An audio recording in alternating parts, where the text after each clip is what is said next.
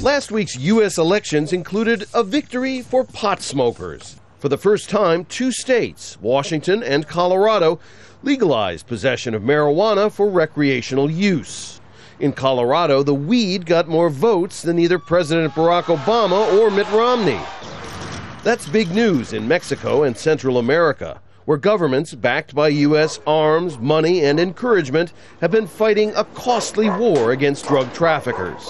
Outgoing Mexican President Felipe Calderón called it a paradigm shift. We need to thoroughly analyze the implication for the public policy of our countries of the legalization of marijuana at the local and national level in other nations in the Americas.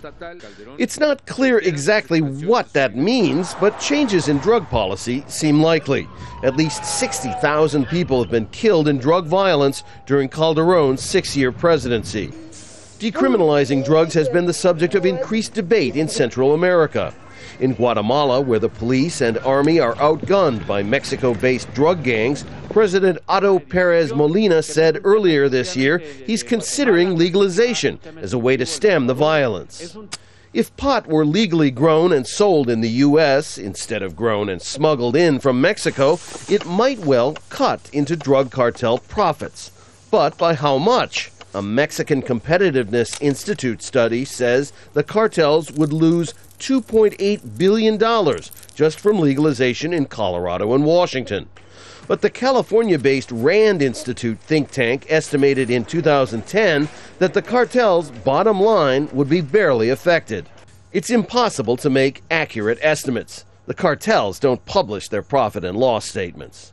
President Obama opposes legalization. The capacity of a large-scale drug trade to dominate certain countries, if they were allowed to operate legally without any constraint, could be just as corrupting, if not more corrupting, than the status quo. But the topic seems likely to be discussed when Mexican President-elect Enrique Peña Nieto pays a visit to the White House later this month. Rob Reynolds, Al Jazeera, Washington.